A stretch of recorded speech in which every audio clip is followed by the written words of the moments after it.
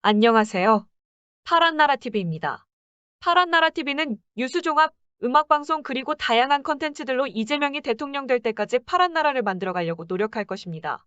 많은 지지와 관심 부탁드리며 구독과 좋아요, 알람 설정 부탁드립니다. 첫 번째 뉴스로 서울의 소리 기사 중 한 개를 소개하겠습니다. 제목은 청와대보다 밀폐된 군사시설 국방부 청사가 윤석열의 국민 속으로라는 제목입니다. 내용을 요약하면 윤석열 대통령 당선인의 대통령 집무실이 서울 용산구 국방부 청사에 설치되는 방안이 사실상 확정됐다는 보도가 16일 나왔다. 그러나 군사시설을 보유한 국방부를 과천으로 이전한다는 소식에 파장이 커지고 있다. 이날 서울경제보도에 따르면 윤 당선인은 오는 5월 9일 취임 이후 용산구 국방부 청사에 마련된 대통령 집무실에서 국정을 시작할 방침이다. 대통령 집무실이 국방부에 마련되면 대통령 관저는 용산구 한남동 육군참모총장 공관이나 외교부, 국방부 장관 공관이 활용될 가능성이 높다. 윤 당선인은 국민과의 소통을 강조하면서 청와대를 시민에게 개방하고 집무실은 광화문 정부 서울청사를 이전하겠다고 대선 공약으로 내걸었다. 국방부로 바꾼 표면적인 이유는 출퇴근 시간 시민들의 불편, 교통 혼란 문제 등을 내놨지만 실제로는 광화문 청사가 보안상 취약하다는 지적이 나오면서 철회한 것이라는 분석이 나온다. 윤 당선인 측 핵심 관계자는 서울경제의 청와대보다 더 폐쇄된 국방부로 집무실을 옮기는 비판 시각에 대해 광화문은 당선인 집무실이 없어도 마음만 먹으면 언제든지 가서 시민들을 만날 수 있다. 라고 말했다. 윤 당선인은 지난 1월 27일 핵심 측근 위주로 밀실에서 의사결정이 이뤄지는 제왕적 대통령제의 폐해를 없애고 대국민 직접 소통을 늘리겠다면서 청와대를 개방하고 대통령 집무실을 광화문 청사에 설치하겠다고 밝혔다. 윤 당선인의 집무실이 국방부에 마련되면 국방부는 각 부서가 있는 본청을 결국 비워야 한다.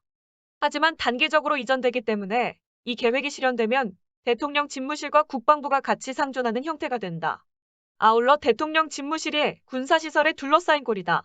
보도에 따르면 국방부 영내에는 국방부 청사뿐만 아니라 구청사와 합동참모본부, 합동전쟁수행모의본부, 국방부 근무지원단, 국방시설본부, 국방부 의장대대 및 정보통신대대, 국방부 검찰단, 군사법원, 국방조사본부, 국방컨벤션 등 군 관련 건물이 밀집해 있다. 국방부의 지하 벙커가 있는 것 역시 이 공간이 군사시설의 성격을 띠고 있기 때문이다. 이에 따라 국방부는 일반 국민 출입이 엄격히 통제돼 있다. 출입증을 폐용하고 있거나 사전에 출입 허가를 받지 않으면 진입 자체가 불가능하다. 특히 용산 전쟁기념관 맞은편에 있는 국방부 청사는 미군 기지 한가운데에 자리 잡고 있다. 결국 국방부 영내에 대통령 집무실이 들어서면 주한미군에 둘러싸여 보하는 철통 같아도 국민과의 소통은 더욱 불가능해진다. 또한 국방부에 이전에 소요되는 막대한 경비는 물론 국방부 군사시설 이전의 국가안보에도 구멍이 생길 수 있다는 경고가 나온다. 또 논란이 된 것은 김태효 목사의 한반도 유사시 자위대 구조활동 허용해야 한다는 발언이다. 또 다른 논란은 윤 당선인이 대통령직 인수위원회 외교안보분과 위원으로 임명한 김태효 인수위원이 과거 한반도 유사시 일본 자위대의 후방 구조활동을 허용해야 한다고 쓴 논문 때문이다. 김 위원은 이명박 정부 시절인 지난 2012년 한반도 유사시 자위대의 개입을 노골적으로 주장하는 논문을 작성한 장본인이다. 윤 당선인도 대선 토론회에서 한반도 유사시 일본군 진입을 할 수도 있다고 발언했다가 여론의 비난을 받았다. 그런데 김태효 의원은 아예 그런 인식의 논리를 학술 논문으로까지 냈다는 점에서 윤 당선자의 대일 인식에 영향을 준 것이 아닌지 합리적 의심이 제기된다.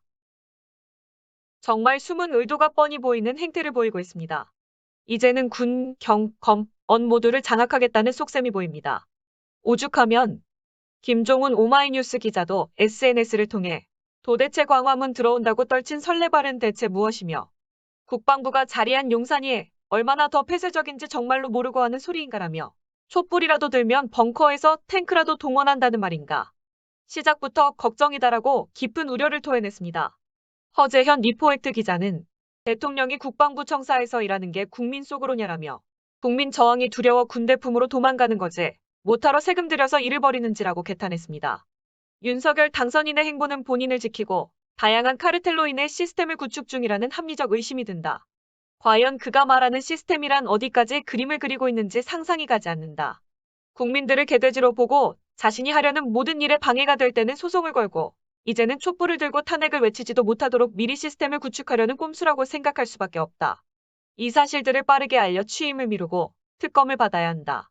특검을 받더라도 시간을 엄청나게 끌면서 취임 전부터 준비하고 있는 그가 말하는 시스템 구축하겠지만 얼른 국회도 빠르게 움직여야 한다. 정말 시급하다.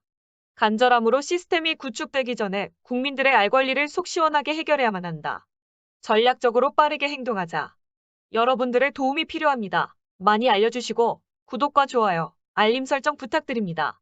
감사합니다.